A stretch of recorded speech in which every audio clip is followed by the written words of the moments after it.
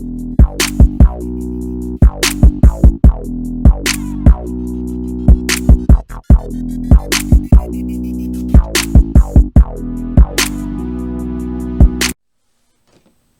it do is to be shuffle, watch the damn tape. Hit that like, that share, that subscribe button. Hit that bell to get notified when I drop my next video. New subscribers, hope you enjoy WNBA action. Welcome to the show. I appreciate you for watching. Hope you get something out of the content. Old subscribers, I thank you for rocking with your boy. Help me build this platform and continue to push out this content. Let's get into the Las Vegas Aces. And let's get into Jewell Loyd, because a lot of people been hitting me up asking me what's going on with the Aces and Jewell Loyd. And it's a twofold part. The first part, you took key pieces from what was a championship team or a championship contending team, and you cast them off and you banked on your coach. That's basically what happened. You let Kelsey Plum go. You basically traded Kelsey Plum for Jewell Loyd,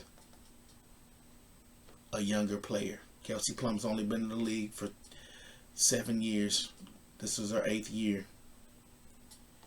You got Jewell Loyd, a 10-year vet. She's been playing since 2015.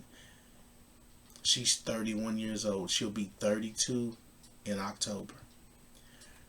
Like I say, in the WNBA, the check engine light comes on at 32. Jewell Loyd is approaching 32. The check engine light is about to pop. But back to the team. You also lost Kate Martin, a rookie that can spell minutes on the team for a veteran. And you lost Alicia Clark, who went to Seattle. Oldest player in the league, chiseled veteran, but she played over 25 minutes a game last year for the Sparks. For the Aces. And now she's doing the same thing, a reserve for the Storm. That is huge. You replaced them with you got a rookie and a Leah Nye. You got Bradford and you got Williams. They're not really on the same ilk. That team, the roster's not built that way. Kirsten Bell gives you nothing. Tiffany Mitchell gives you nothing. Kia Stokes starts and doesn't even score.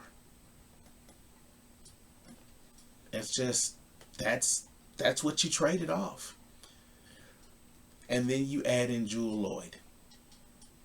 You add Jewell Loyd. She's accomplished. Champion, all-star, Olympian. On paper, it all looks great. On the court, not so much. One, Jewell Loyd. One thing about this league that I'm fast learning. When these women get in their own heads, it's a wrap. Jewell Loyd has well documented overcoming being dyslexic. And one thing about that, she was in a comfort zone in Seattle. She was on the Sue Bird podcast, and I encourage everybody to go watch it. It was a pretty good episode where she talked about her learning disability and even the coaches on the chalkboard turning the board around so she could see it from the not going on offense, but from the defense perspective. She just needed to see it in reverse. She needed to see it backwards. And then she understood it. So with that being said, in Seattle, she had a nurturing environment that was comfortable for her. Her coach, Noelle Quinn, was also a teammate of hers. For a number of years was a teammate before she became the coach. So it was a comfortable atmosphere. That atmosphere changed last year when her ex Notre Dame teammate Skylar Diggins Smith joined that team. Something happened in that locker room last year, and the league swept it under the rug last year when it happened.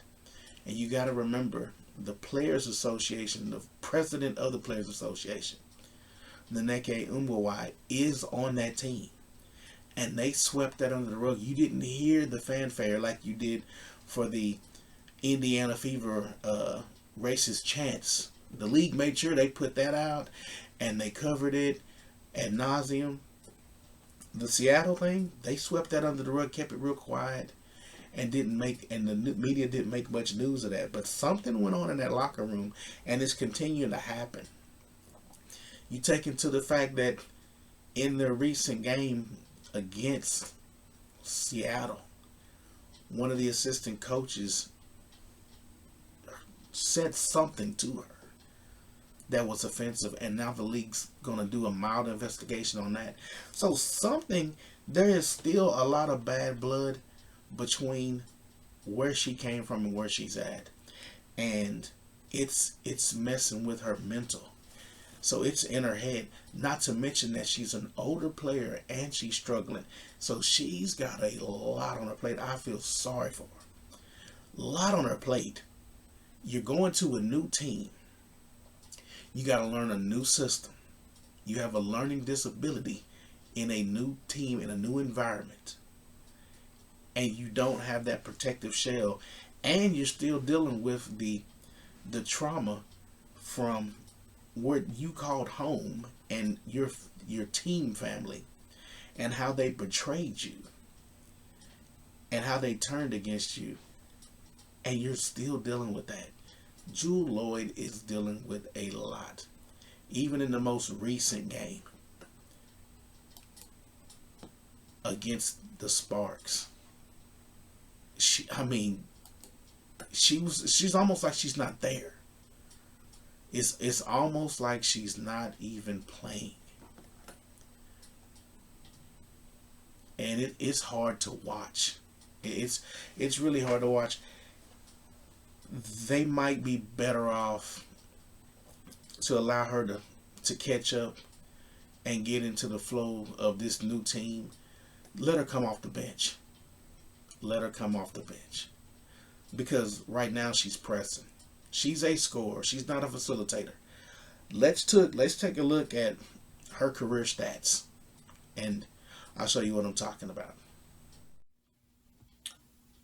Now, as we can look at her field goal percentage, she's always been a mid-teen scorer. 10, 16, 17, 15, 15 points, 17 points. And then you get this bump in 2023, 24 points a game. But that field goal percentage, for a career, about a 40% shooter. But as you can see, she hits this sweet spot at 44%, like in 2020. And then it's been a drop off every year: 42, 39, 37, 36. In the few games that they've played this season, 29%. 29%, 9 points. Going from like I said, mid-teen scorer, 15, 17, 16, 24, 19, and then a drop off in 8 games, 9.1. The Gold Mamba. That 2023, she shot 37%, averaged 24 points a game, but she took a ton of shots to get that. A ton of shots. But I just wanted to show you that because people were asking, and this is part of it. Now, she's a scorer. She's not a facilitator of the offense. This is what they lost. This is what they lost in Kelsey Plum. Let's take a look. Now let's take a look at Kelsey Plum. Kelsey Plum, 7 years in the league. 34, 46, 36, 43, 46, 47, 42, 39 this year. The assists, 3, 4, 3, 3, 5. This is on the championship slide. This is on the championship run. 5, 4.5, 4.2, 5.7. So Kelsey's facilitating a lot more this year in her new role with the Sparks. 14, 20, 18, 17, 21. Early in her career, 8.5, 9, 8.6. That's what you gave up. That hurts a team a lot. That, and we're not even going to get into the steals and what she does on defense. She's disruptive, but she's a facilitator.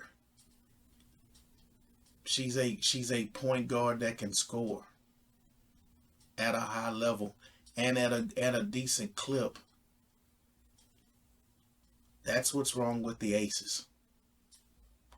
They took parts out of that engine and replaced it with an older part who's on the decline.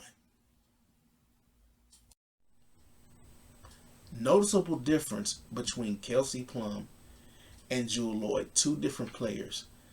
Kelsey Plum's a scorer, but she can still facilitate at a high level.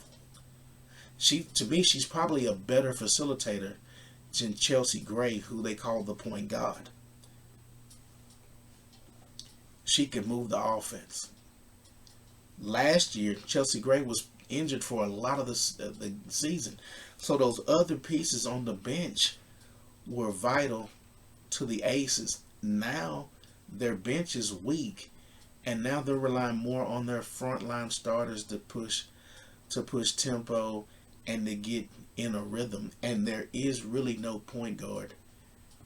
Chelsea Gray's a scoring point guard. Imagine Jewell Loyd getting dropped on a new team, and for the longest you played with one of the best point guards in the world in Sue Bird, and you go from Sue Bird, Skylar Diggins, from Sue Bird to Skylar Diggins, to now you're going to basically y'all are playing three shooting guards starting in Chelsea Gray, Jackie Young, and of course Jewell Loyd. Three shooting guards, and you got a dominant ball hog center who is basically the focal point of the offense in the middle.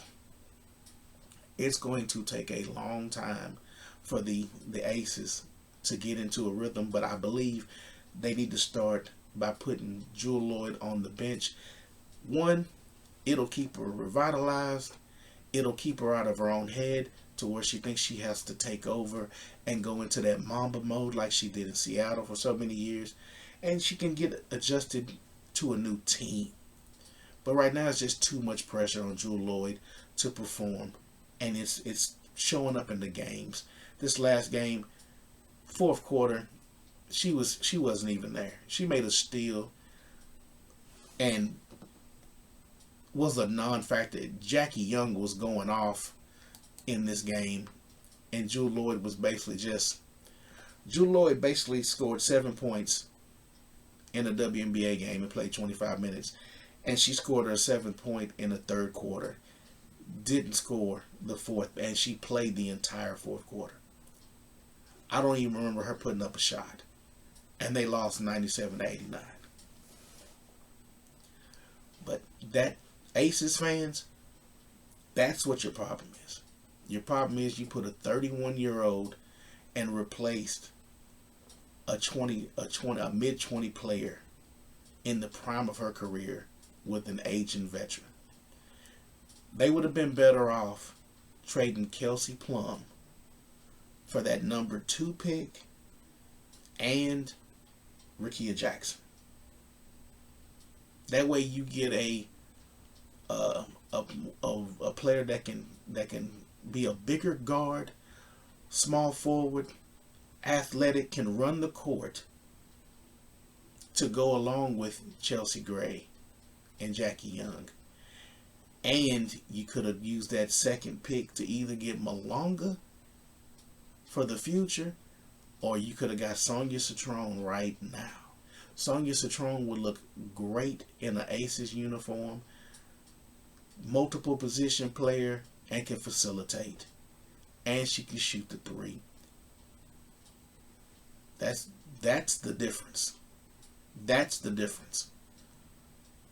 Seattle ended up winning the game, winning that trade. They got a younger player for the future, 6'6", and they got rid of an Asian veteran. That's what happened to the Aces. The Aces played their hand and lost. And now it's up to Becky Hammon and her coaching skills to get this up right. Now you're going to really see what kind of coach Becky Hammon is. Because right now they're a 500 basketball team, and they will be a 500 basketball team for most of the season. It's going to be a battle until they hit a stride. And they've already lost to the Valkyries, so we can't say there's no easy wins anymore. The Valkyries dusted them. But that's what I think about the Aces. I'd like to know what your thoughts are on the Aces. Your thoughts on Jewell Loyd. Leave your comments below. Until next time. Peace.